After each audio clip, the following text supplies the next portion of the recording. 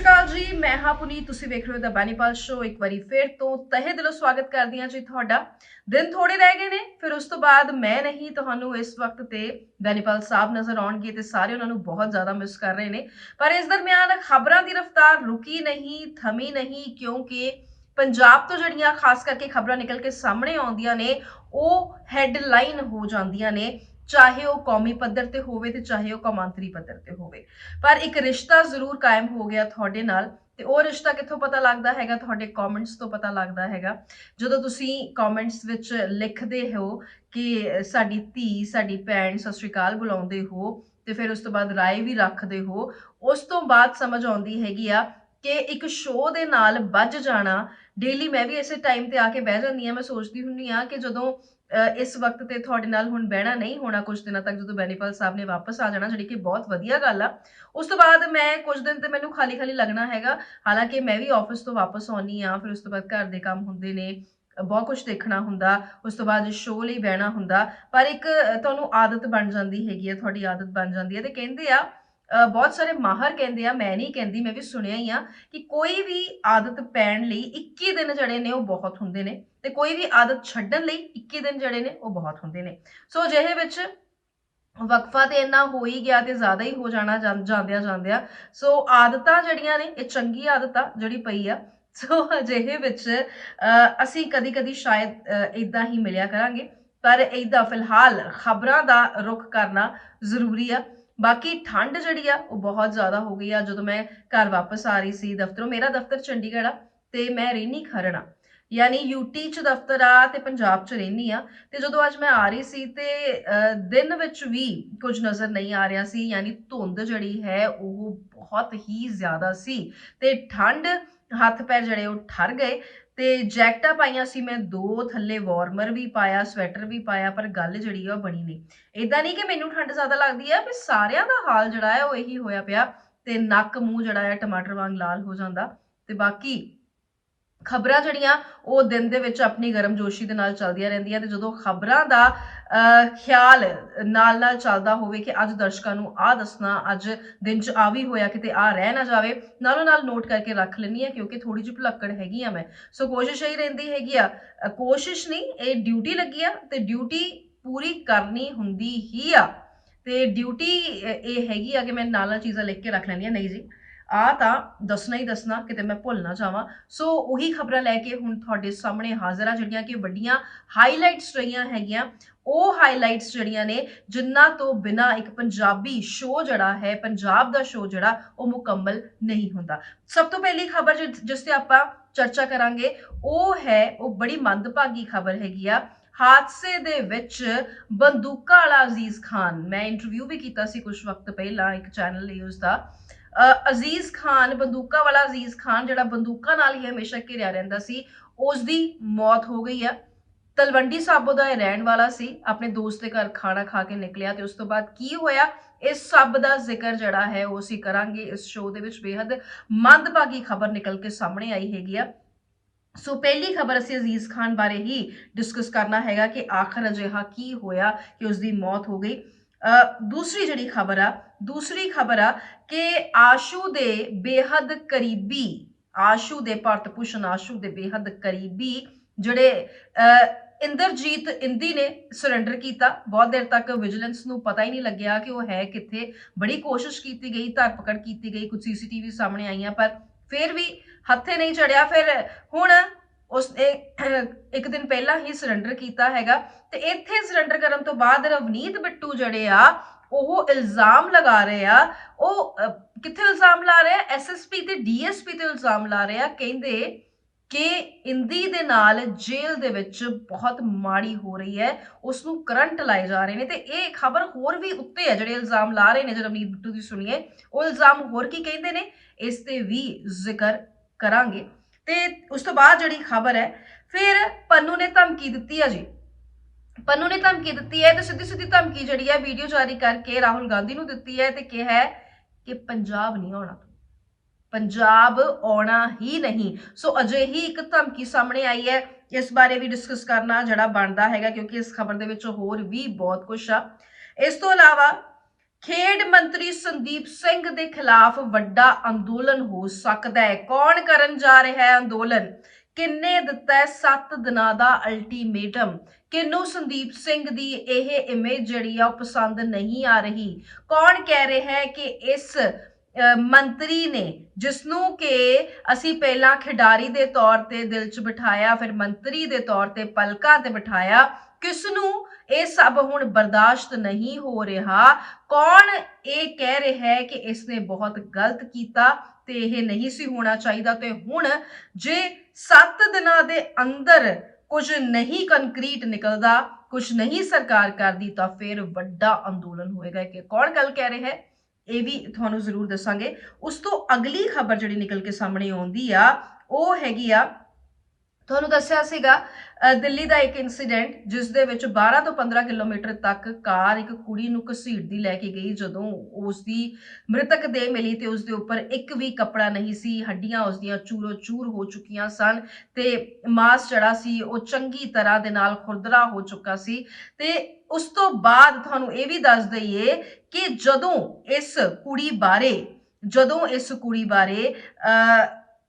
ਬਹੁਤ ਸਾਰੀਆਂ ਅਟਕਲਾਂ ਲਗਾਈਆਂ ਜਾ ਰਹੀਆਂ ਸਨ, ਪਰਿਵਾਰ ਨੇ ਇਹ ਗੱਲ ਕਹੀ ਕਿ ਜੀ ਇਹ ਰੇਪ ਹੈ, ਇਹ ਰੇਪ ਤੋਂ ਬਾਅਦ ਮਰਡਰ ਕੀਤਾ ਗਿਆ, ਇਹ ਕੋਈ ਹਾਦਸਾ ਨਹੀਂ ਹੈ। ਜਦੋਂ ਇਹ ਵਾਲੀ ਗੱਲ ਸਾਹਮਣੇ ਆਈ ਤੇ ਸਭ ਦੇ ਲੂਹ ਕੰਡੇ ਜੜੇ ਨੇ ਉਹ ਖੜੇ ਹੋ ਗਏ, ਸਭ ਦੇ ਰੌਂਗਟੇ ਜੜੇ ਉਹ ਖੜੇ ਹੋ ਗਏ। ਹੁਣ ਇਸ ਕੇਸ ਦੇ ਵਿੱਚ ਇੱਕ ਨਵਾਂ ਖੁਲਾਸਾ ਹੋਇਆ। ਉਹ ਖੁਲਾਸਾ ਕੀ ਕਹਿੰਦਾ ਹੈ? ਬੜਾ ਵੱਡਾ ਖੁਲਾਸਾ ਹੋਇਆ। ਤੁਹਾਨੂੰ ਥੋੜਾ ਜਿਹਾ ਮੈਂ ਦੱਸ ਦਿੰਦੀ ਹਾਂ ਕਿ ਉਹ ਕੁੜੀ ਜਿਹੜੀ ਆ ਉਹ ਇਕੱਲੀ ਨਹੀਂ ਸੀ, ਸਕੂਟੀ ਤੇ। ਸੋ ਇਸ ਬਾਬਤ ਹੋਰ ਕੀ ਨਿਕਲ ਕੇ ਸਾਹਮਣੇ ਆਇਆ? ਰਿਪੋਰਟ ਆਈ ਹੈ, ਟੌਪਸੀ ਰਿਪੋਰਟ ਵੀ ਸਾਹਮਣੇ ਆਈ ਹੈ। ਰਿਪੋਰਟ ਕੀ ਕਹਿੰਦੀ ਆ? ਕਿਉਂਕਿ ਪਹਿਲੇ ਦਿਨ ਤੋਂ ਤੁਸੀਂ ਇਸ ਖਬਰ ਦੇ ਨਾਲ ਜੁੜੇ ਹੋਏ ਹੈਗੇ ਹੋ, ਸੋ ਤੁਹਾਡਾ ਹੱਕ ਹੈ ਜਾਣਨਾ ਕਿ ਅੱਗੇ ਇਸ ਕੇਸ ਦੇ ਵਿੱਚ ਕੀ ਹੋਇਆ, ਇਹ ਤੁਹਾਨੂੰ ਜ਼ਰੂਰ ਦੱਸਾਂਗੇ। ਉਸ ਤੋਂ ਬਾਅਦ ਮੋਹਾਲੀ 'ਚ ਡੇਟਿੰਗ ਐਪ ਵਾਲਿਆਂ ਨੇ ਇੱਕ ਮੁੰਡਾ ਜਿਹੜਾ ਉਹ ਫਸਾ ਲਿਆ, ਇੱਕ ਨੌਜਵਾਨ ਫਸਾ ਲਿਆ। ਤੇ ਡੇਟਿੰਗ ਐਪਸ ਦਾ ਜਿਹੜਾ ਅੱਜ ਕੱਲ ਚਲਨ ਚੱਲਿਆ ਹੋਇਆ ਹੈ, ਇਹਨਾਂ ਡੇਟਿੰਗ ਐਪਸ ਦੇ ਜ਼ਰੀਏ ਬਹੁਤ ਲੁੱਟ ਖਸੁੱਟ ਹੋ ਰਹੀ ਹੈ। ਇਹ ਸਿਰਫ ਪੰਜਾਬ 'ਚ ਨਹੀਂ ਹੁੰਦੀ, ਪੂਰੇ ਭਾਰਤ 'ਚ ਹੁੰਦੀ ਹੈ ਤੇ ਇਹ ਵਿਦੇਸ਼ 'ਚ ਵੀ ਹੁੰਦੀ ਹੈ। ਡੇਟਿੰਗ ਐਪਸ ਦਾ ਜਿਹੜਾ ਧੰਦਾ ਹੈ ਉਹ ਧੜੱਲੇ ਨਾਲ ਚੱਲ ਰਿਹਾ। ਇੱਕ ਨੌਜਵਾਨ ਲੁੱਟਿਆ ਗਿਆ। ਕੀ ਹੋਇਆ ਇਸ ਦੇ ਨਾਲ, ਇਸ ਦਾ ਵੀ ਜ਼ਿਕਰ ਕਰਨਾ ਆ। ਸੋ ਅੱਜ ਦਾ ਸ਼ੋਅ ਅਸੀਂ ਸ਼ੁਰੂ ਕਰ ਰਹੇ ਹਾਂ ਤੇ ਇਸ ਸ਼ੋਅ ਦੇ ਵਿੱਚ ਤੁਹਾਨੂੰ ਦੱਸ ਦਈਏ ਕਿ ਸਭ ਤੋਂ ਪਹਿਲਾਂ ਆਪਾਂ ਰੁਖ ਕਰਾਂਗੇ ਪਹਿਲੀ ਖਬਰ ਦਾ, ਯਾਨੀ ਅਜ਼ੀਜ਼ ਖਾਨ ਵਾਲੀ ਖਬਰ ਦਾ। ਅਜ਼ੀਜ਼ ਖਾਨ ਦਾ, ਬੰਦੂਕਾਂ ਵਾਲੇ ਅਜ਼ੀਜ਼ ਖਾਨ ਦਾ ਐਕਸੀਡੈਂਟ ਹੋ ਜਾਂਦਾ ਹੈ। ਤਲਵੰਡੀ ਸਾਬੋ ਨਗਰ ਕੌਂਸਲ ਦਾ ਪ੍ਰਧਾਨ ਤੇ ਨਾਲ ਤੁਹਾਨੂੰ ਯਾਦ ਹੋਏਗਾ ਕੁਲਬੀਰ ਨਰਵਾਣਾ, ਜਿਹੜਾ ਕਿ ਨਰਵਾਣਾ ਗੈਂਗ ਦਾ ਗੈਂਗਸਟਰ ਹੈਗਾ ਸੀ, ਹੈਡ ਕਰਦਾ ਸੀ। ਹੁਣ ਉਹਨੂੰ ਹੈਡ ਜਿਹੜਾ ਉਹ ਇਹ ਅਜ਼ੀਜ਼ ਖਾਨ ਕਰਦਾ ਸੀ। ਇਸ ਦਾ ਐਕਸੀਡੈਂਟ ਹੋ ਗਿਆ ਤੇ ਇਸ ਦੇ ਐਕਸੀਡੈਂਟ ਸਕਾਰਪੀਓ ਤੇ ਸੀ ਤੇ ਕਹਿੰਦੇ ਥੜੇ ਨਾਲ ਜਾ ਕੇ ਉਹ ਜਿਹੜੀ ਗੱਡੀ ਹੈ ਉਹ ਟਕਰਾਈ, ਧੁੰਦ ਕਰਕੇ ਇਹ ਹਾਦਸਾ ਜਿਹੜਾ ਉਹ ਵਾਪਰਿਆ। ਤੁਹਾਨੂੰ ਦੱਸ ਦਈਏ ਕਿ ਅਜ਼ੀਜ਼ ਖਾਨ ਦੀ ਸੜਕ ਹਾਦਸੇ ਦੇ ਵਿੱਚ ਮੌਤ ਹੋ ਜਾਂਦੀ ਹੈ। ਸੰਗਰੂਰ ਦੇ ਕਾਲਾ ਝਾੜ ਟੋਲ ਪਲਾਜ਼ਾ ਤੇ ਧੁੰਦ ਦੇ ਕਾਰਨ ਉਹਨਾਂ ਦੀ ਸਕਾਰਪੀਓ ਡਿਵਾਈਡਰ ਦੇ ਨਾਲ ਜਿਹੜੀ ਹੈ ਉਹ ਟਕਰਾ ਜਾਂਦੀ ਹੈਗੀ ਆ ਤੇ ਉਸ ਤੋਂ ਬਾਅਦ ਇਹ ਹਾਦਸਾ ਵਾਪਰ ਜਾਂਦਾ। ਨਾਲ 2 ਲੋਕ ਮੌਜੂਦ ਹੁੰਦੇ ਨੇ, ਉਹ ਦੋਵਾਂ ਦੀ ਹਾਲਤ ਜਿਹੜੀ ਹੈ ਗੰਭੀਰ ਮੰਨੀ ਜਾ ਰਹੀ ਹੈ। ਇੱਕ ਗਨਮੈਨ ਹੈ ਜੀ ਤੇ ਦੂਸਰਾ ਜਿਹੜਾ ਹੈ ਨਾਲ ਇੱਕ ਮਿੱਤਰ ਹੁੰਦਾ, ਉਸ ਦੀ ਹਾਲਤ ਵੀ ਗੰਭੀਰ ਮੰਨੀ ਜਾ ਰਹੀ ਹੈ। ਸੋ ਅਜਿਹੇ ਵਿੱਚ ਅਜ਼ੀਜ਼ ਖਾਨ ਦੀ ਮੌਤ ਹੋ ਜਾਂਦੀ ਹੈ। ਤੁਹਾਨੂੰ ਅਜ਼ੀਜ਼ ਖਾਨ ਬਾਰੇ ਥੋੜਾ ਜਿਹਾ ਦੱਸ ਦਈਏ। ਅਜ਼ੀਜ਼ ਖਾਨ ਉਹ ਸ਼ਖਸ ਹੈ ਜਿਸਨੇ ਕਿ ਜਿਹੜਾ ਕਿ ਸਿੱਧੂ ਮੂਸੇਵਾਲਾ ਦੀ ਮੌਤ ਦੇ ਬਾਅਦ ਹਾਈਲਾਈਟ ਹੋਇਆ ਸੀ ਤੇ ਅਜ਼ੀਜ਼ ਖਾਨ ਨੇ ਇਹ ਗੱਲ ਕਹੀ ਸੀ ਕਿ ਮੂਸੇਵਾਲਾ ਨੂੰ ਮਾਰਨ ਤੋਂ ਪਹਿਲਾਂ ਜਿਹੜੇ ਸ਼ੂਟਰ ਸੀ ਉਹ ਅਜ਼ੀਜ਼ ਖਾਨ ਨੂੰ ਮਾਰਨ ਆਏ ਸੀ, ਪਰ ਅਜ਼ੀਜ਼ ਖਾਨ ਦਾ ਤਾਮਝਾਮ ਸਾਰਾ ਦੇਖ ਕੇ ਸਾਰਾ ਕੁਝ ਜਦੋਂ ਉਹਨਾਂ ਨੇ ਦੇਖਿਆ ਕਿ ਉਸ ਦੇ ਨਾਲ ਬਹੁਤ ਸਾਰੇ ਬੰਦੂਕਾਂ ਵਾਲੇ ਰਹਿੰਦੇ ਸੀ, ਬਹੁਤ ਸਾਰੇ ਬੰਦੂਕਾਂ ਵਾਲੇ ਮੁੰਡੇ ਉਸ ਦੇ ਨਾਲ ਰੱਖੇ ਹੋਏ ਸੀ, ਬੰਦੂਕਾਂ ਹਮੇਸ਼ਾ ਨਾਲ ਰੱਖਦੇ ਸੀ। ਤੇ ਜਦੋਂ ਦੇਖਿਆ ਕਿ ਮੇਰੇ ਨਾਲ ਤੇ ਸਿਕਿਉਰਿਟੀ ਬੜੀ ਹੈ, ਤਾਮਝਾਮ ਵੀ ਬੜਾ ਹੈਗਾ, ਤੇ ਉਸ ਤੋਂ ਬਾਅਦ ਉਹ ਮੁੜ ਗਏ ਤੇ ਉਸ ਤੋਂ ਬਾਅਦ ਉਹਨਾਂ ਨੇ ਜਿਹੜਾ ਮੋੜ ਕੱਟਿਆ ਸੀ ਉਹ ਸਿੱਧੂ ਮੂਸੇਵਾਲਾ ਵੱਲ ਕੱਟਿਆ ਸੀ। ਨਾਲ ਮਨਦੀਪ ਮੰਨੇ ਬਾਰੇ ਦੱਸਦਾ ਸੀਗਾ ਕਿ ਉਸ ਤੇ ਬਹੁਤ ਵਿਸ਼ਵਾਸ ਕੀਤਾ, ਪਰ ਉਸਨੇ ਹੀ ਕੁਲਬੀਰ ਨਰਵਾਣਾ ਜਿਹੜਾ ਹੈ ਉਹ ਮਰਾਇਆ ਤੇ ਨੇ ਵੀ ਕਿਹਾ ਸੀ ਕਿ ਨਰਵਾਣਾ ਦੀ ਫੈਮਿਲੀ ਦੀ ਦੇਖਭਾਲ ਜਿਹੜੀ ਹੈ ਉਹ ਮੈਂ ਹੀ ਕਰ ਰਿਹਾ, ਮੈਂ ਹੀ ਉਹਨਾਂ ਦੇ ਬੱਚਿਆਂ ਦਾ ਧਿਆਨ ਰੱਖਦਾ ਹੈਗਾ। ਜਦੋਂ ਮੈਂ ਵੀ ਇੰਟਰਵਿਊ ਕਰਨ ਗਈ ਸੀ ਤੇ ਘਰ ਨਿੱਕਾ ਜਿਹਾ ਜਵਾਕ ਖੇਡ ਰਿਹਾ ਸੀ ਤੇ ਮੈਂ ਪੁੱਛਿਆ ਸੀ ਅਜ਼ੀਜ਼ ਨੂੰ ਕਿ ਇਹ ਕਿਹਦਾ ਜਵਾਕ ਹੈ, ਤੇ ਉਹਨੇ ਦੱਸਿਆ ਸੀ ਵੀ ਮੇਰਾ ਜਵਾਕ ਹੈ। ਨਿੱਕਾ ਜਿਹਾ ਜਵਾਕ ਖੇਡ ਰਿਹਾ ਸੀ ਤੇ ਮੈਂ ਸਵਾਲ ਇਹ ਕੀਤਾ ਸੀ ਕਿ ਇਹਨੇ ਬੰਦੂਕਾਂ ਵਾਲੇ ਨਾਲ ਰੱਖੇ ਹੋਏ ਨੇ ਤੇ ਕਬਜ਼ਿਆਂ ਵਾਲਾ ਕੰਮ ਵੀ ਕਰਦੇ ਹੋ, ਫਿਰੌਤੀਆਂ ਵਾਲੇ ਕੰਮ ਵੀ ਚੱਲਦੇ ਨੇ, ਤੇ ਜਦੋਂ ਇਹ ਸਭ ਹੁੰਦਾ ਹੈ ਤਾਂ ਡਰ ਨਹੀਂ ਲੱਗਦਾ ਕਿ ਘਰ ਪਰਿਵਾਰ ਹੈ, ਇੰਨਾ ਸੋਹਣਾ ਪਰਿਵਾਰ ਹੈ। ਤੇ ਉਹਨੇ ਕਿਹਾ ਕਿ ਪਹਿਲੀ ਗੱਲ ਤੇ ਮੈਂ ਫਿਰੌਤੀ ਵਾਲਾ ਕੰਮ ਨਹੀਂ ਕਰਦਾ, ਰਾਦਰ ਜਿਹੜੇ ਫਿਰੌਤੀਆਂ ਮੰਗਦੇ ਨੇ, ਜਿਹੜੇ ਗੋਲਡੀ ਬਰਾੜ ਤੇ ਲਾਰੈਂਸ ਬਿਸ਼ਨੋਈ ਦੇ ਨਾਂ ਤੇ ਫਿਰੌਤੀਆਂ ਮੰਗਦੇ ਨੇ, ਮੈਂ ਉਹਨਾਂ ਦੇ ਖਿਲਾਫ ਹਾਂ। ਤੇ ਨਾਲ ਦੇ ਨਾਲ ਕਿਹਾ ਸੀਗਾ ਕਿ ਮੈਂ ਸੋਸ਼ਲ ਵਰਕ ਬਾਰੇ ਰਾਹ ਤੇ ਚੱਲ ਪਿਆ, ਤੇ ਉਹਨਾਂ ਦੀ ਗੱਲਾਂ ਤੋਂ ਇਹ ਵੀ ਲੱਗਿਆ ਸੀ ਕਿ ਉਹ ਪੋਲਿਟਿਕਸ ਦੇ ਵਿੱਚ ਵੀ ਆਉਣਾ ਚਾਹੁੰਦੇ ਆ, ਪੋਲਿਟਿਕਸ ਦੇ ਵਿੱਚ ਅਜ਼ੀਜ਼ ਖਾਨ ਆਉਣਾ ਚਾਹੁੰਦਾ ਆ। ਤੇ ਨਾਲ ਦੇ ਨਾਲ ਇਹ ਵੀ ਦੱਸਿਆ ਸੀ ਕਿ ਪਿੰਡ ਦੇ ਲੋਕ ਜਿਹੜੇ ਕਿ ਮੈਂ ਆਪ ਵੀ ਦੇਖੇ ਸੀ ਕਿ ਪਿੰਡ ਦੇ ਲੋਕ ਉਸ ਤੋਂ ਆਪਣੇ ਕੰਮ ਕਰਾਉਣ ਆਉਂਦੇ ਸੀ, ਜਿਹੜਾ ਕੰਮ ਕੋਈ ਪ੍ਰਸ਼ਾਸਨਿਕ ਅਧਿਕਾਰੀ ਨਹੀਂ ਸੀ ਕਰਕੇ ਦਿੰਦਾ, ਉਹ ਅਜ਼ੀਜ਼ ਖਾਨ ਕੋਲੋਂ ਕਰਵਾਉਣ ਆਉਂਦੇ ਸੀ ਕਿਉਂਕਿ ਉਸ ਦੀ ਪਹੁੰਚ ਖਾਸੀ ਦੱਸੀ ਜਾਂਦੀ ਸੀ। ਪਿੱਛੇ ਤਲਵੰਡੀ ਸਾਬੋ ਦੀਆਂ ਸਾਰੀਆਂ ਦੁਕਾਨਾਂ ਬੰਦ ਹੋਈਆਂ, ਪੂਰੇ ਦੇ ਪੂਰੇ ਬਾਜ਼ਾਰ ਬੰਦ ਹੋਏ, ਤੇ ਇਸ ਤੇ ਵੀ ਅਜ਼ੀਜ਼ ਖਾਨ ਨੇ ਆਵਾਜ਼ ਚੱਕੀ ਸੀ ਕਿ ਗੋਲਡੀ ਬਰਾੜ ਤੇ ਲਾਰੈਂਸ ਬਿਸ਼ਨੋਈ ਦੇ ਨਾਂ ਤੇ ਜਿਹੜੇ ਇਹ ਗੈਂਗਸਟਰਸ ਦੇ ਨਾਂ ਤੇ ਫਿਰੌਤੀਆਂ ਮੰਗੀਆਂ ਜਾ ਰਹੀਆਂ ਨੇ, ਜਦਕਿ ਉਹ ਮੈਨੂੰ ਨਹੀਂ ਲੱਗਦਾ, ਅਜ਼ੀਜ਼ ਨੇ ਕਿਹਾ ਸੀ, ਮੈਨੂੰ ਹੀ ਫੋਨ ਕਰਕੇ ਕਿਹਾ ਸੀ ਕਿ ਮੈਡਮ ਮੈਨੂੰ ਨਹੀਂ ਲੱਗਦਾ ਕਿ 20,000 10,000 ਰੁਪਏ ਪਿੱਛੇ ਗੋਲਡੀ ਤੇ ਲਾਰੈਂਸ ਫੋਨ ਕਰਨਗੇ। ਇਹ ਕੋਈ ਲੋਕਲ ਲੋਕ ਨੇ ਜਿਹੜੇ ਤੰਗ ਪਰੇਸ਼ਾਨ ਕਰ ਰਹੇ ਨੇ ਤੇ ਉਹਨਾਂ ਤੋਂ ਡਰ ਕੇ ਇਹ ਬਾਜ਼ਾਰ ਜਿਹੜੇ ਵਪਾਰੀਆਂ ਨੇ ਬੰਦ ਕੀਤੇ ਹੋਏ ਨੇ। ਸੋ ਉਸ ਵੇਲੇ ਵੀ ਆਵਾਜ਼ ਜਿਹੜੀ ਉਹ ਚੱਕੀ ਸੀ। ਤੇ ਹੁਣ ਪਰਿਵਾਰ ਦਾ ਹਾਲ ਦੇਖਿਆ ਜੀ, ਪਰਿਵਾਰ ਦਾ ਹਾਲ ਅਜ਼ੀਜ਼ ਖਾਨ ਦੇ ਦੇਖਿਆ ਨਹੀਂ ਜਾਂਦਾ।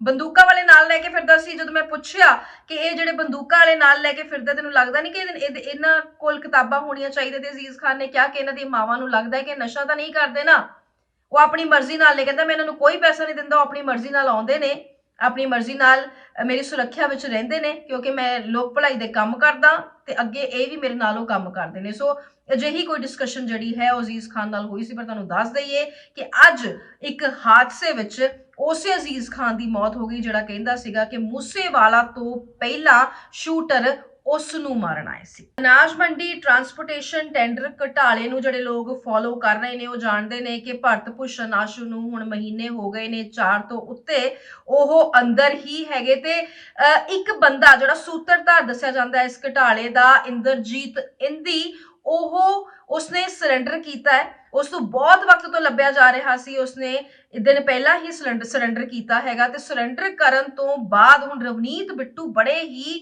ਵੱਡੇ ਇਲਜ਼ਾਮ ਲਗਾ ਰਹੇ ਨੇ ਪੁਲਿਸ ਦੇ ਉੱਤੇ। ਕੀ ਕਹਿ ਰਹੇ ਨੇ ਰਵਨੀਤ ਬਿੱਟੂ ਦਾ ਕਹਿਣਾ ਹੈ ਜੀ ਕਿ ਜਿਹੜਾ ਇੰਦੀ ਹੈ ਜੇਲ੍ਹ ਦੇ ਵਿੱਚ ਉਸ ਨੂੰ ਕਰੰਟ ਦਿੱਤੇ ਜਾ ਰਹੇ ਨੇ, ਤੇ ਕਰੰਟ ਕੌਣ ਦੇ ਰਿਹਾ ਹੈ? ਕਰੰਟ ਐਸਐਸਪੀ ਤੇ ਡੀਐਸਪੀ ਕਰੰਟ ਦੇ ਰਹੇ ਨੇ, ਤੇ ਕਹਿ ਰਹੇ ਨੇ, ਤੂੰ ਗੱਲ ਮੰਨ, ਕਹਿੰਦੇ ਕਿ ਭਰਤ ਭੂਸ਼ਣ ਆਸ਼ੂ ਨੂੰ ਬਹੁਤ ਵਾਰ ਉਹਨਾਂ ਨੇ ਕਿਹਾ ਕਿ ਤੂੰ ਆਪਣੀ ਘੁਟਾਲੇ ਦੀ ਸੱਚਾਈ ਨੂੰ ਮੰਨ ਲੈ, ਤੇ ਉਹਦੇ ਤੇ ਭਰਤ ਭੂਸ਼ਣ ਆਸ਼ੂ ਦਾ ਇਹ ਕਹਿਣਾ ਸੀ ਕਿ ਮੈਂ ਤੁਹਾਡੇ ਅੱਗੇ ਗੋਡੇ ਨਹੀਂ ਟੇਕਦਾ ਕਿਉਂਕਿ ਮੈਂ ਸੱਚਾ ਹੈਗਾ, ਸੋ ਹੋਰ ਮੈਨੂੰ ਕਹਿੰਦੇ 4 ਸਾਲ ਰਹਿਣਾ ਪੈ ਜਾਏ ਪਰ ਮੈਂ ਗਲਤ ਗੱਲ ਨਹੀਂ ਕਹਾਂਗਾ। ਇਹ ਇਲਜ਼ਾਮ ਸਾਰੇ ਮੈਂ ਦੱਸ ਰਹੀ ਹਾਂ, ਇਹ ਗੱਲ ਮੈਂ ਨਹੀਂ ਕਹਿ ਰਹੀ, ਇਲਜ਼ਾਮ ਕਹਿ ਰਹੀ ਹੈ। ਜਿਹੜੀ ਜਾਂਚ ਹੈ ਵਿਜੀਲੈਂਸ ਦੀ ਉਹ ਚੱਲ ਰਹੀ ਹੈ, ਕੌਣ ਸੱਚਾ ਕੌਣ ਝੂਠਾ ਇਹ ਜਾਂਚ ਦੇ ਵਿੱਚ ਹੀ ਸਾਹਮਣੇ ਆਏਗਾ। ਉਸ ਤੋਂ ਬਾਅਦ ਜਿਹੜੇ ਰਵਨੀਤ ਬਿੱਟੂ ਨੇ ਨਾਲ ਇਹ ਗੱਲ ਕਹੀ ਕਿ ਇੰਦੀ ਨੂੰ ਕਰੰਟ ਦਿੱਤਾ ਜਾ ਰਿਹਾ ਹੈ, ਕਹਿੰਦੇ ਸਾਡੇ ਵੀ ਸੋਰਸਿਸ ਤੇ ਸਾਨੂੰ ਪਤਾ ਲੱਗਦਾ ਹੈ, ਕਹਿੰਦੇ ਫੂਡ ਸਪਲਾਈ ਵਿਭਾਗ ਵਾਲਿਆਂ ਨੇ ਵੀ ਘਰ ਆ ਕੇ ਕਿਹਾ ਕਿ ਉੱਥੇ ਥਾਣੇ ਦੇ ਵਿੱਚ ਤੇ ਬੜਾ ਰੌਲਾ ਪਿਆ ਹੋਇਆ ਸੀ। ਜਦੋਂ ਥਾਣੇ ਦੇ ਵਿੱਚ ਰੌਲਾ ਪਿਆ ਹੋਇਆ ਸੀ ਤੇ ਕਿਉਂ ਇੱਥੇ ਕੀ ਹੋ ਰਿਹਾ ਸੀ, ਤੇ ਉਹਨਾਂ ਨੇ ਦੱਸਿਆ ਵੀ ਘਰ ਆ ਕੇ ਕਹਿੰਦੇ ਕਿ ਉੱਥੇ ਇੰਟੈਰੋਗੇਸ਼ਨ ਚੱਲ ਰਹੀ ਸੀ ਇੰਦੀ ਤੋਂ, ਤੇ ਇੰਦੀ ਤੋਂ ਜਦੋਂ ਇੰਟੈਰੋਗੇਸ਼ਨ ਚੱਲ ਰਹੀ ਸੀ ਉਹਨਾਂ ਨੇ ਕਿਹਾ ਤੇਰੀ ਧੀ ਆ, ਤੇਰਾ ਮੁੰਡਾ ਨਹੀਂ ਹੋਣ ਦੇਵਾਂਗੇ, ਤੈਨੂੰ ਐਡੇ ਕਰੰਟ ਦੇਵਾਂਗੇ। ਉਹਨਾਂ ਦਾ ਮਤਲਬ ਇਹ ਸੀਗਾ ਇਨਡਾਇਰੈਕਟਲੀ ਕਿ ਤੈਨੂੰ ਇੰਪੋਰਟੈਂਟ ਕਰ ਦਾਂਗੇ, ਤੈਨੂੰ ਇਸ ਲਾਇਕ ਨਹੀਂ ਰਹਿਣ ਦੇਵਾਂਗੇ, ਕੱਲ ਨੂੰ ਤੈਨੂੰ ਮੁੰਡੇ ਦੀ ਲੋੜ ਹੋਏਗੀ ਤੇ ਤੇਰਾ ਮੁੰਡਾ ਨਹੀਂ ਹੋਏਗਾ। ਹਾਲਾਂਕਿ ਇਹ ਗੱਲ ਹੀ ਬੜੀ ਗੰਦੀ ਤੇ ਘਟੀਆ ਹੈਗੀ ਹੈ ਜਿਹੜੀ ਉਹਨਾਂ ਨੇ ਕਹੀ ਹੈਗੀ ਹੈ, ਜੇ ਇਹ ਇਲਜ਼ਾਮ ਜਿਹੜੇ ਹੈਗੇ ਆ ਉਹ ਸੱਚੇ ਹੈਗੇ ਆ। ਸੋ ਰਵਨੀਤ ਬਿੱਟੂ ਨੇ ਇਲਜ਼ਾਮ ਲਾਏ ਕਿ ਟੌਰਚਰ ਕੀਤਾ ਜਾ ਰਿਹਾ ਹੈ, ਕਹਿੰਦੇ ਪਹਿਲਾਂ ਵੀ ਲੋਕ ਫੜੇ ਗਏ ਨੇ, ਅਸੀਂ ਉਦੋਂ ਨਹੀਂ ਬੋਲੇ, ਅਸੀਂ ਹੁਣ ਕਿਉਂ ਬੋਲ ਰਹੇ ਹਾਂ? ਅਸੀਂ ਤਾਂ ਕਰਕੇ ਬੋਲ ਰਹੇ ਹਾਂ ਕਿਉਂਕਿ ਜੇਲ੍ਹ ਦੇ ਅੰਦਰ ਆ ਸਾਰਾ ਕੁਝ ਚੱਲ ਰਿਹਾ ਹੈਗਾ। ਸੋ ਰਵਨੀਤ ਬਿੱਟੂ ਵੱਡੇ ਇਲਜ਼ਾਮ ਲਗਾ ਰਹੇ ਨੇ। ਰਵਨੀਤ ਬਿੱਟੂ ਕਹਿ ਰਹੇ ਨੇ ਕਿ ਇੰਦੀ ਨੂੰ ਕਰੰਟ ਲਗਾਇਆ ਜਾ ਰਿਹਾ ਹੈ, ਕਹਿੰਦੇ ਅੱਜ ਕੱਲ ਹੋਰ ਵੀ ਬੜੀਆਂ ਤਕਨੀਕਾਂ ਆ ਗਈਆਂ ਤੰਗ ਪਰੇਸ਼ਾਨ ਕਰਨ ਦੀਆਂ, ਸੋ ਉਹਨਾਂ ਤਕਨੀਕਾਂ ਦਾ ਕਹਿੰਦੇ ਇਸਤੇਮਾਲ ਕੀਤਾ ਜਾ ਰਿਹਾ ਹੈ, ਕਰੰਟ ਲਗਾਇਆ ਜਾ ਰਿਹਾ ਹੈ। ਤੇ ਕਰੰਟ ਜਦੋਂ ਇਹ ਲਾਇਆ ਜਾ ਰਿਹਾ ਹੈ ਨਾਲ ਦੇ ਨਾਲ ਇਹ ਕਿਹਾ ਜਾ ਰਿਹਾ ਹੈ ਕਿ ਤੇਰੀ ਧੀ ਆ ਨਾ, ਤੇਰਾ ਪੁੱਤ ਨਹੀਂ ਹੋਣ ਦੇਵਾਂਗੇ। ਅਜਿਹੀਆਂ ਗੱਲਾਂ ਜਿਹੜੀਆਂ ਉਹ ਕੀਤੀਆਂ ਜਾ ਰਹੀਆਂ ਨੇ ਕਿ ਗੱਲ ਜਿਹੜੀ ਹੈ ਉਹ ਸਾਹਮਣੇ ਰੱਖਣ ਤੇ ਆਪਣੀ ਜਿਹੜੀ ਗੱਲ ਉਹ ਕਹਿ ਰਹੇ ਨੇ ਉਹ ਕਬੂਲ ਕਰ ਲੈਣ, ਯਾਨੀ ਘੁਟਾਲੇ ਦੇ ਵਿੱਚ ਇਹ ਸਾਰਾ ਕੁਝ ਜਿਹੜਾ ਹੈ ਸਾਹਮਣੇ ਆ ਜਾਏ। ਸੋ ਤੁਹਾਨੂੰ ਦੱਸ ਰਹੇ ਹੈਗੇ ਆ ਕਿ ਇੰਦਰਜੀਤ ਟੈਂਡਰ ਘੁਟਾਲੇ ਦਾ ਮੁੱਖ ਸੂਤਰਧਾਰ ਹੈ ਤੇ ਵਿਜੀਲੈਂਸ ਦੀ ਟੀਮ ਪਿਛਲੇ ਕਾਫੀ ਵਕਤ ਤੋਂ ਤਲਾਸ਼ ਦੇ ਵਿੱਚ ਜੁਟੀ ਹੋਈ ਸੀ।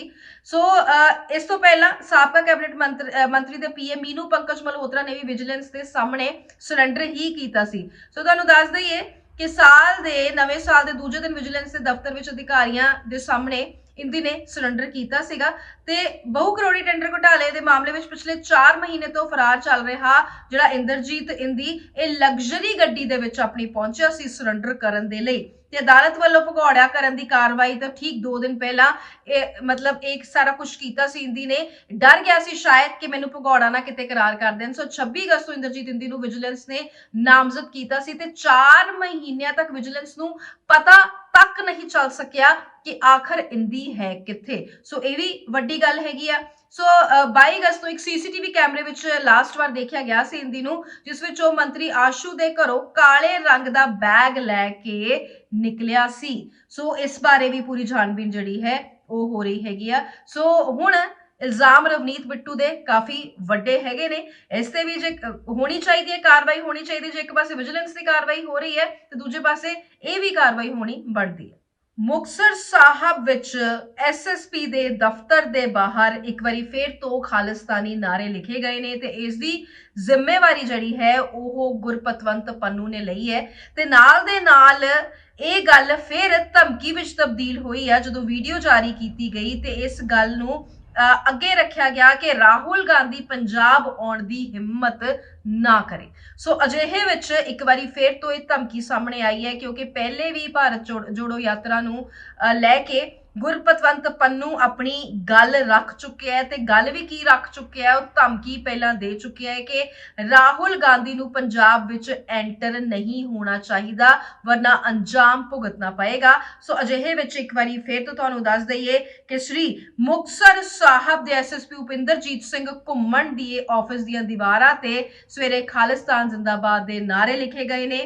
ਵਿਦੇਸ਼ ਵਿੱਚ ਬੈਠੇ ਗੁਰਪਤਵੰਤ ਪੰਨੂ ਨੇ ਇਸ ਦੀ ਜ਼ਿੰਮੇਵਾਰੀ ਲੈਂਦਿਆਂ ਹੋਇਆਂ ਰਾਹੁਲ ਗਾਂਧੀ ਨੂੰ ਭਾਰਤ ਜੋੜੋ ਯਾਤਰਾ ਲੈ ਕੇ ਪੰਜਾਬ ਨਾ ਆਉਣ ਦੀ ਨਸੀਹਤ ਜਿਹੜੀ ਉਹ ਦਿੱਤੀ ਹੈਗੀ ਆ। ਸੋ ਇੱਕ ਟੈਲੀ ਮੈਂ ਕੀਤੀ ਆ, ਕੁਝ ਡੇਟਸ ਜਿਹੜੀਆਂ ਨੇ ਉਹ ਨੋਟ ਕੀਤੀਆਂ ਨੇ। ਇਹ ਵੀ ਤੁਹਾਨੂੰ ਕਿਉਂਕਿ ਥੋੜੀ ਯਾਦਦਾਸ਼ਤ ਜਿਹੜੀ ਹੈ ਹੋਰ ਵੀ ਜ਼ਿਆਦਾ ਕਹਿੰਦੇ ਆ ਨਾ ਵੀ ਅੱਜ ਕੱਲ ਵੈਸੇ ਕਮਜ਼ੋਰ ਹੁੰਦੀ ਜਾਂਦੀ ਹੈ ਕਿਉਂਕਿ ਸਟ੍ਰੈਸ ਇੰਨੀ ਹੈਗੀ ਆ, ਤਾਂ ਮੈਂ ਨੋਟ ਕਰ ਲੈਣੀ ਹੁੰਨੀ ਆ ਤਾਂ ਕਰਕੇ ਕਿ 8 ਮਈ ਨੂੰ ਹਿਮਾਚਲ ਵਿਧਾਨ ਸਭਾ ਦੀਆਂ ਦੀਵਾਰਾਂ ਤੇ ਲਿਖਿਆ ਸੀ।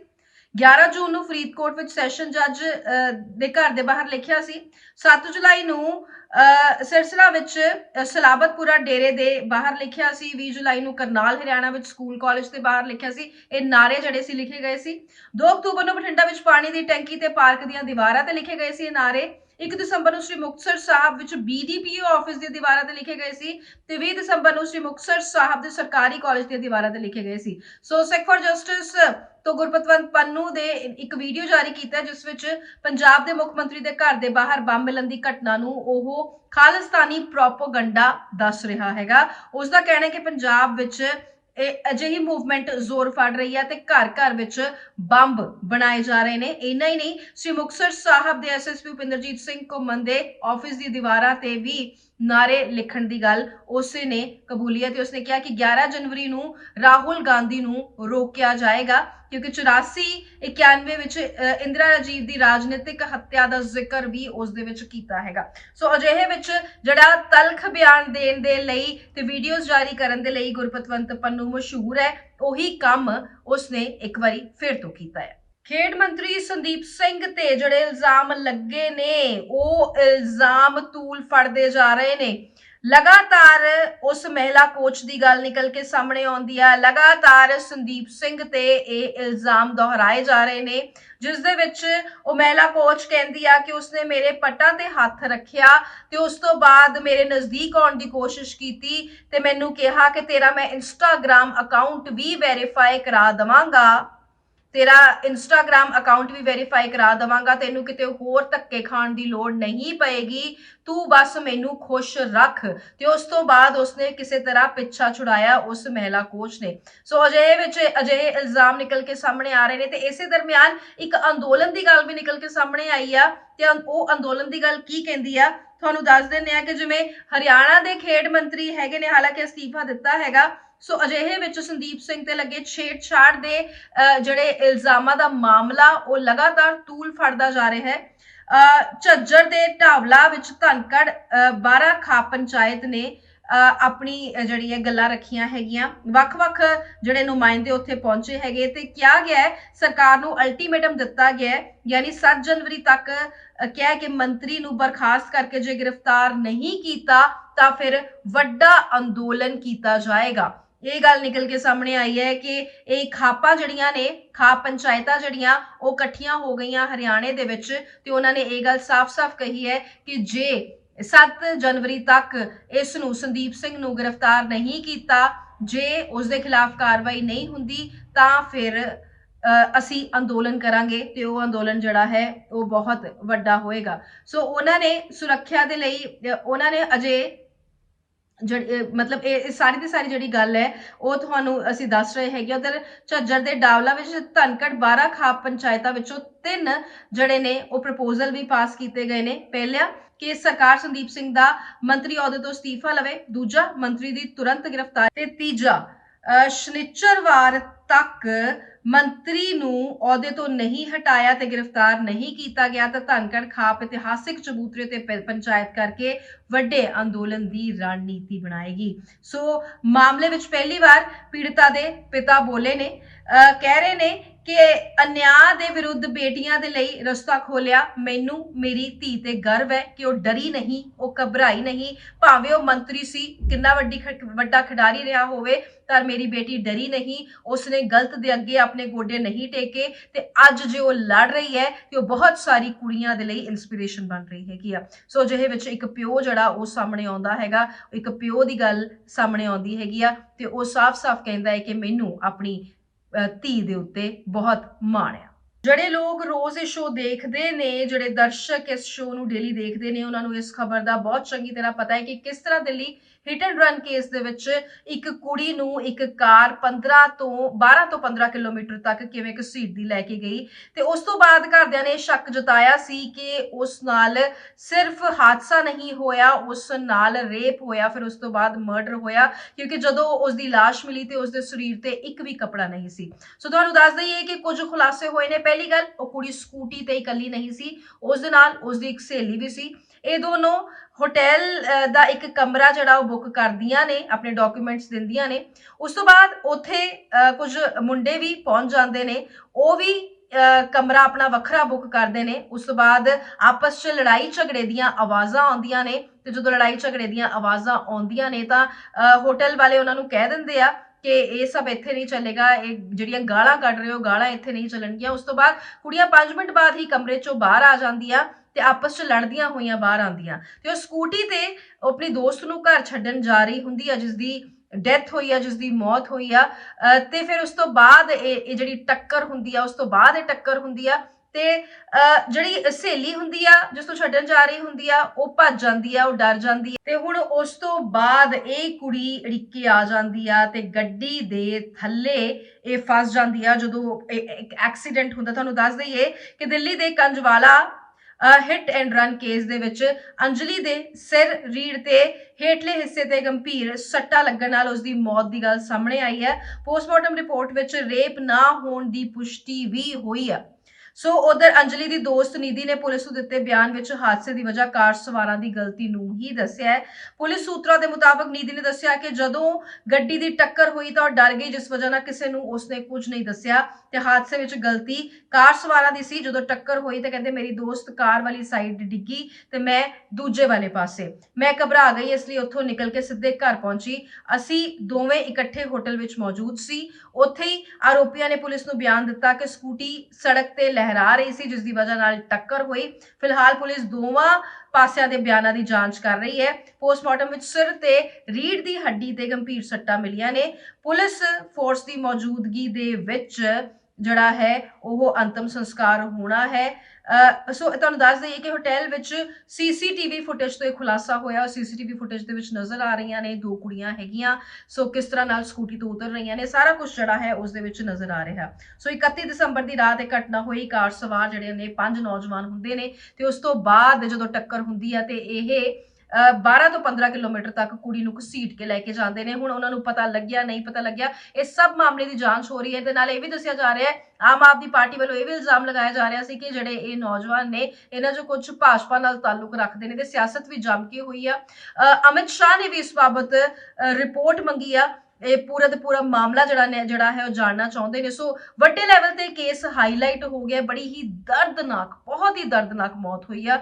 ਇਹ ਪੂਰਾ ਦਾ ਪੂਰਾ ਮਾਮਲਾ ਸੁਣ ਕੇ ਤੇ ਅਜੀਬ ਮਾਮਲਾ ਹੈ ਇਹ, ਇਸ ਤੋਂ ਸਮਝਣ ਲੱਗਿਆ ਵਕਤ ਤੇ ਉਸ ਤੋਂ ਬਾਅਦ ਇਸ ਦੇ ਵਿੱਚ ਜਿਹੜਾ ਦਰਦ ਹੈ ਉਹ ਬਹੁਤ ਜ਼ਿਆਦਾ ਹੈ। ਤੋ ਜਾਂਦਿਆਂ ਉਹ ਖਬਰ ਜਿਹੜੀ ਸਾਡੇ ਸਾਰਿਆਂ ਵਾਸਤੇ ਹੈਗੀ ਆ, ਸਿਰਫ ਪੰਜਾਬ ਵਾਸਤੇ ਨਹੀਂ, ਸਿਰਫ ਭਾਰਤ ਵਾਸਤੇ ਨਹੀਂ, ਹਰ ਕਿਤੇ ਪੂਰੀ ਦੁਨੀਆ ਵਾਸਤੇ ਇਹ ਖਬਰ ਜਾਣਨੀ ਬਹੁਤ ਜ਼ਿਆਦਾ ਜ਼ਰੂਰੀ ਆ ਕਿ ਡੇਟਿੰਗ ਐਪਸ ਦਾ ਧੜੱਲਾ, ਯਾਨੀ ਕਿ ਉਸ ਦੇ ਉੱਤੇ ਜਿਹੜੀ ਲੁੱਟ ਖਸੁੱਟ ਹੁੰਦੀ ਹੈ ਉਸ ਦਾ ਧੜੱਲਾ ਜਿਹੜਾ ਹੈ ਉਹ ਬੇਹੱਦ ਵੱਡਾ ਹੈ। ਤੇ ਤੁਹਾਨੂੰ ਦੱਸ ਦਈਏ ਕਿ ਉਸੇ ਨੂੰ ਆਧਾਰ ਬਣਾ ਕੇ, ਡੇਟਿੰਗ ਐਪਸ ਨੂੰ ਆਧਾਰ ਬਣਾ ਕੇ ਕਿਸੇ ਦੇ ਇਕੱਲੇਪਣ ਦਾ ਫਾਇਦਾ ਚੱਕ ਕੇ ਜਾਂ ਫਿਰ ਕਿਸੇ ਨੂੰ ਕੁਝ ਸ਼ੌਕ ਹੁੰਦੇ ਨੇ ਉਹਨਾਂ ਦਾ ਫਾਇਦਾ ਚੱਕ ਕੇ ਕੁੜੀਆਂ ਮੁੰਡੇ ਇਸ ਦਾ ਗਲਤ ਇਸਤੇਮਾਲ ਕਰ ਰਹੇ ਨੇ ਤੇ ਲੁੱਟ ਖਸੁੱਟ ਕਰ ਰਹੇ ਨੇ। ਤੇ ਇਹ ਸਭ ਕਰਦਿਆਂ ਹੋਇਆਂ ਉਹਨਾਂ ਨੂੰ ਇਹ ਲੱਗਦਾ ਹੈਗਾ ਕਿ ਜਿਹੜੀ ਸਾਈਬਰ ਪੁਲਿਸ ਹੁੰਦੀ ਆ ਉਹ ਬਹੁਤ ਕਮਜ਼ੋਰ ਹੈ, ਉਹਨਾਂ ਨੂੰ ਫੜ ਨਹੀਂ ਸਕਦੀ ਹੈਗੀ, ਪਰ ਇੱਥੇ ਇਹ ਗਲਤੀ ਕਰ ਜਾਂਦੇ ਨੇ। ਹਾਲਾਂਕਿ ਜਦੋਂ ਕੋਈ ਏਦਾਂ ਫਿਜ਼ੀਕਲ ਕ੍ਰਾਈਮ ਕੀਤਾ ਜਾਂਦਾ ਉਦੋਂ ਫਿਰ ਫੜੇ ਜਾਂਦੇ ਨੇ, ਪਰ ਜਦੋਂ ਡੇਟਿੰਗ ਐਪਸ ਦੇ ਥਰੂ ਕ੍ਰਾਈਮਸ ਹੁੰਦੇ ਨੇ ਤਾਂ ਫੜਿਆ ਜਾਣਾ ਬਹੁਤ ਜ਼ਿਆਦਾ ਮੁਸ਼ਕਿਲ ਹੈ। ਤੇ ਮੋਹਾਲੀ ਦਾ ਇੱਕ ਮੁੰਡਾ ਫਿਰ ਫਸਿਆ ਆ। ਖਬਰ ਇਹ ਦੱਸਣੀ ਤਾਂ ਕਰਕੇ ਜ਼ਰੂਰੀ ਹੈ ਤਾਂ ਕਿ ਅਸੀਂ ਸਾਰੇ ਸਮਝ ਸਕੀਏ ਕਿ ਖਤਰਾ ਜਿਹੜਾ ਉਹ ਕਿੰਨਾ ਵੱਡਾ ਹੈਗਾ। ਸੋ ਆਨਲਾਈਨ ਡੇਟਿੰਗ ਐਪ ਦੇ ਜ਼ਰੀਏ ਭੋਲੇ ਭਾਲੇ ਲੋਕਾਂ ਨੂੰ ਫਸਾਇਆ ਜਾ ਰਿਹਾ ਹੈ। ਹੁਣ ਇੱਕ ਮੋਹਾਲੀ ਪੁਲਿਸ ਨੇ ਇੱਕ ਗੈਂਗ ਦਾ ਪਰਦਾਫਾਸ਼ ਕੀਤਾ ਆ ਤੇ ਗੈਂਗ ਦੇ ਇੱਕ ਮੈਂਬਰ ਨੂੰ ਗ੍ਰਿਫਤਾਰ ਕੀਤਾ ਗਿਆ। 2 ਮੈਂਬਰਸ ਫਰਾਰ ਨੇ ਤੇ ਇਹਨਾਂ ਮੈਂਬਰਸ ਚੋਂ ਇੱਕ ਕੁੜੀ ਆ ਜਿਹੜੀ ਕਿ ਆਪਣੇ ਜਾਲ ਦੇ ਵਿੱਚ ਸਭ ਨੂੰ ਫਸਾਉਂਦੀ ਹੈਗੀ ਆ ਤੇ ਵੱਖ-ਵੱਖ ਏਰੀਆਜ਼ ਦੇ ਵਿੱਚ ਮੋਹਾਲੀ ਦੇ ਆਸ-ਪਾਸ ਬੁਲਾਇਆ ਜਾਂਦਾ। ਕਦੀ ਲਿਫਟ ਦੇ ਬਹਾਨੇ ਲਿਫਟ ਦੇ ਦਿੱਤੀ ਜਾਂਦੀ ਹੈ, ਬਲੈਕ ਕਲਰ ਦੀ ਐਕਸੈਂਟ ਰੱਖੀ ਹੋਈ ਹੈ ਗੱਡੀ ਹੈ, ਇਹਨਾਂ ਨੇ ਲਿਫਟ ਦੇ ਦਿੱਤੀ ਜਾਂਦੀ ਹੈ ਤੇ ਲਿਫਟ ਦੇ ਨਾਂ ਤੇ ਲੁੱਟ ਖਸੁੱਟ ਕੀਤੀ ਜਾਂਦੀ ਹੈ। ਤੇ ਫਿਰ ਤੁਹਾਨੂੰ ਇਹ ਵੀ ਦੱਸ ਦਈਏ ਫਤਿਹਗੜ੍ਹ ਸਾਹਿਬ ਦੇ ਖੁਸ਼ਹਾਲ ਸਿੰਘ ਨੂੰ ਗ੍ਰਿਫਤਾਰ ਕੀਤਾ ਹੈ ਤੇ 2 ਕਾਰਾਂ ਉਸ ਤੋਂ ਬਰਾਮਦ ਹੋਈਆਂ ਨੇ ਤੇ ਗੈਂਗ ਦੇ ਵਿੱਚ ਕੁੜੀ ਸ਼ਾਮਲ ਹੈ। ਪੁਲਿਸ ਹੁਣ ਬਾਕੀਆਂ ਦੀ ਤਲਾਸ਼ ਦੇ ਵਿੱਚ, ਜਿਹੜੇ 2 ਲੋਕ ਨੇ ਉਹਨਾਂ ਦੀ ਤਲਾਸ਼ ਦੇ ਵਿੱਚ ਜੁਟੀ ਹੋਈ ਆ। ਪੁਲਿਸ ਖੁਸ਼ਹਾਲ ਸਿੰਘ ਤੋਂ PB 11 ਨੰਬਰ ਦੀ ਕਾਲੇ ਰੰਗ ਦੀ ਐਕਸੈਂਟ ਕਾਰ, ਯਾਨੀ ਪਟਿਆਲੇ ਦਾ ਨੰਬਰ ਹੈ PB 11, ਤੇ ਇੱਕ ਸਫੈਦ ਰੰਗ ਦੀ PB 10 ਨੰਬਰ ਦੀ ਸਵਿਫਟ ਕਾਰ ਬਰਾਮਦ ਕੀਤੀ ਆ। ਤੇ ਸੁਨਸਾਨ ਥਾਵਾਂ ਤੇ ਬੁਲਾਇਆ ਜਾਂਦਾ ਸੀ ਡੇਟਿੰਗ ਐਪਸ ਦੇ ਜ਼ਰੀਏ ਕਿ ਸੁਨਸਾਨ ਥਾਵਾਂ ਤੇ ਆਓ, ਇਕੱਲੇ 'ਚ ਮਿਲਣਾ ਚਾਹੁੰਦੇ ਆ ਤੇ ਇਕੱਲੇ 'ਚ ਮਿਲਣ ਦੇ ਚੱਕਰ ਦੇ ਵਿੱਚ ਨੌਜਵਾਨ ਪਹੁੰਚ ਜਾਂਦੇ ਨੇ। ਤੇ ਇਸ ਪੂਰਾ ਦਾ ਪੂਰਾ ਜਿਹੜਾ ਗੈਂਗ ਹੈ ਇਸ ਦੇ ਵਿੱਚ ਜਿਹੜੇ ਜਿਨ੍ਹਾਂ ਦੀ ਉਮਰ ਹੈਗੀ ਆ ਉਹ ਉਮਰ ਹੈਗੀ ਆ 20 ਸਾਲ 22 ਸਾਲ ਇਸ ਤਰ੍ਹਾਂ ਉਮਰ ਹੈਗੀ ਆ।